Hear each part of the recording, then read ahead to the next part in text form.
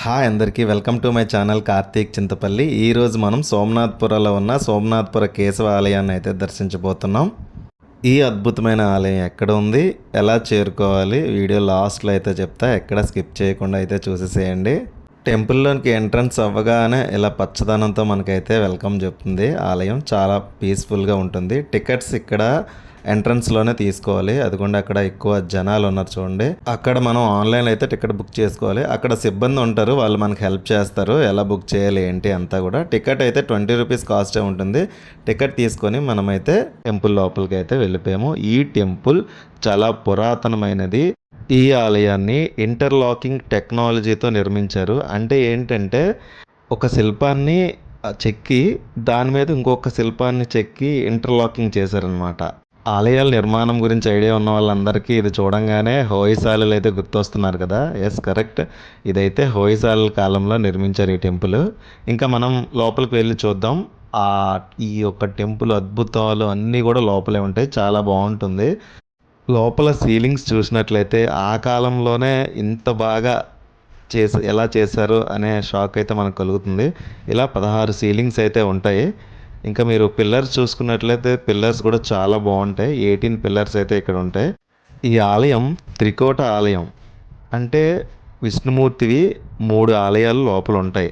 వేణుగోపాల స్వామిది, అలాగే కేశవ ఆలయం, అలాగే జనార్దన ఆలయం, ఇలా 3 ఆలయాలు ఉంటాయి. ఆ 3 ఆలయాల గురించి ఇప్పుడు మీకు చూపిస్తాను, చూసేయండి. ఇప్పుడు మీరు చూస్తున్నది జనార్దన ఆలయం అన్నమాట. దీని మీద ఎంట్రన్స్లోనే లక్ష్మీ నరసింహస్వామి అయితే కనిపిస్తారు. సో ఆ కింద జనార్దన శిల్పం ఉంటుంది. క్లియర్గా మీరు అబ్జర్వ్ చేయండి. ముఖ్యంగా స్వామివారి ఛాతి భాగం మరియు పొట్ట భాగం ఆ రెండింటిని అబ్జర్వ్ చేసినట్లయితే నంది మొహంలా కనిపిస్తుంది అనమాట. అంటే ఈ ఆలయాన్ని నిర్మించింది సోమనాథ. సో తను శివభక్తుడు, అందుకే ఈ ఆలయాన్ని ఈ స్టైల్లో నిర్మించారు. ఈ త్రికోట ఆలయంలో రెండో ఆలయం అయిన వేణుగోపాల స్వామి ఆలయం అయితే మీకు చూపిస్తాను, చూసేయండి. ఎంట్రన్స్లో లక్ష్మీనారాయణ స్వామి కనిపిస్తారు. దాని కింద వేణుగోపాల స్వామి చిన్న విగ్రహం కూడా ఉంటుంది. లోపల వేణుగోపాల స్వామి ఎలా ఉంటారో అలానే బయట కూడా చెక్కారు సేమ్. సో చూడండి, వేణుగోపాల స్వామి విగ్రహం చాలా బాగుంటుంది. నాకే కాదు, ఈ శిల్పం చాలా అద్భుతంగా ఉందని మీకు కూడా అనిపిస్తుంది. స్వామివారిని చూడండి, చేతిలో వేణువు పట్టుకొని వేణుగోపాల స్వామి ఎలా ఉన్నారో. సో చాలా బాగుంది కదా. నెక్స్ట్ ఏంటంటే ముందుగా మనం చెప్పుకున్నట్లు త్రికోట ఆలయంలో 3వ ఆలయం గురించి అయితే చెప్పబోతున్నాను. ఇది ప్రధాన ఆలయం, కేశవ ఆలయం. సో మొదటిగా శేషనాగుపై కూర్చున్న విష్ణుమూర్తి అయితే ఉంటారు. ఇది ఒరిజినల్ విగ్రహం అయితే కాదు. ఒరిజినల్ విగ్రహం లండన్ మ్యూజియంలో అయితే ఉందంట. సో ఇక్కడ గైడ్ అయితే చెప్పారు అలానే. చూడండి స్వామివారు ఎంత బాగున్నారో, కనులకి విందులా అనిపిస్తుంది అలా చూస్తూ ఉంటే.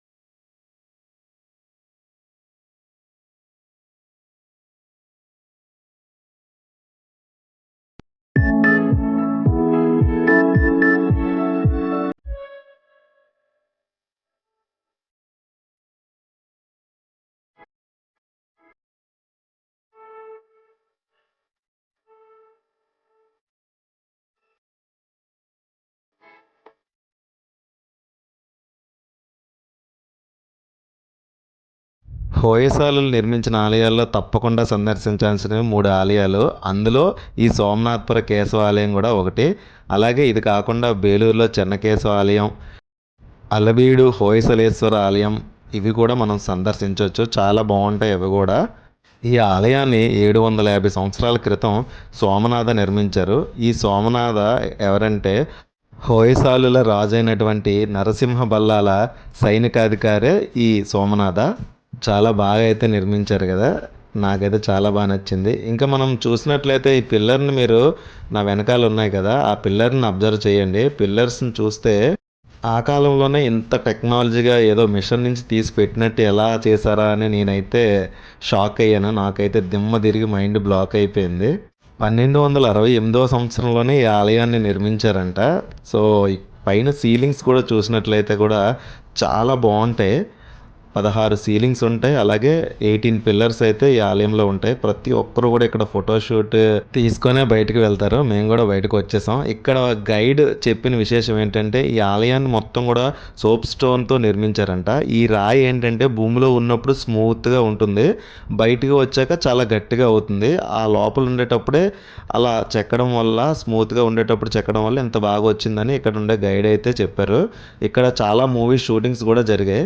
సో, బయటకొచ్చాక ఈ శిల్పాలను మనం చూసినట్లయితే మనకి ఒక ఏదో వేరే లోకంలో ఉన్నామేమో అనిపిస్తుంది. చాలా బావుంటాయి. ప్రతీది గూడా రామాయణం, మహాభారతం అన్నీ గూడా ఇక్కడ క్లియర్‌గా చెక్కారు. సో, రాముడు అడవికి వెళ్ళినప్పుడు జింక రావడం, రావణాసురుడు సీతని పట్టుకొని వెళ్ళిపోవడం, లక్ష్మణుడు ముక్కు కోసేయడం శూర్పణఖది. సో, రావణాసురుడి స్టాచ్యూలు అన్నీ కూడా ఒరిజినల్గా మనం రామాయణం చూస్తున్నట్టే మనకు అనిపిస్తుంది. ఈ ఆలయంలో శిల్పాలు చాలా యూనిక్గా అయితే ఉంటాయి. ఈ శిల్పాలను 5గురు ప్రధాన శిల్పులు అలాగే 500 మంది సహాయకులు కలిపి 58 ఇయర్స్ కష్టపడి అద్భుతంగా తీర్చిదిద్దారంట. సో, 58 ఇయర్స్ ఈ ఆలయాన్ని నిర్మించారంటే మరి ఎంత షాకింగ్‌గా ఉంది. ఇంకొక షాకింగ్ విషయం ఏంటంటే ఈ ఆలయంపై 2 టైమ్స్ అటాక్ జరిగిందంట. 1311లో అల్లావుద్దీన్ ఖిల్జీ యొక్క చీఫ్ కమాండర్ మాలిక్ కాఫర్ ఉన్నారు కదా! ఆయన దాడి చేశాడు.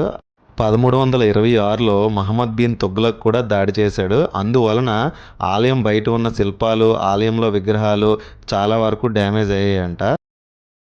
అప్పటి నుండి కూడా ఈ ఆలయంలో పూజలు జరగట్లేదంట. ఇది ఒక చారిత్రక కట్టడంగా మాత్రమే నిలిచిపోయింది. ఈ విషయం విని నేనైతే షాక్ అయ్యాను. ఇంత పెద్ద ఆలయంలో పూజలు జరగట్లేదంటే షాకింగ్‌గా అయితే నాకు అనిపించింది.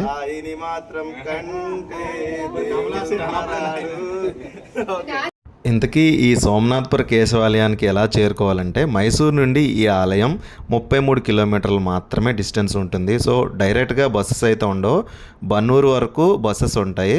బన్నూరు నుండి సోమనాథ్‌పుర టెంపుల్ 7 కిలోమీటర్స్ మాత్రమే ఉంటుంది. అక్కడ నుండి షేర్ ఆటోస్ ఉంటాయి లేదా మనం ఆటో అయినా బుక్ చేసుకోవచ్చు.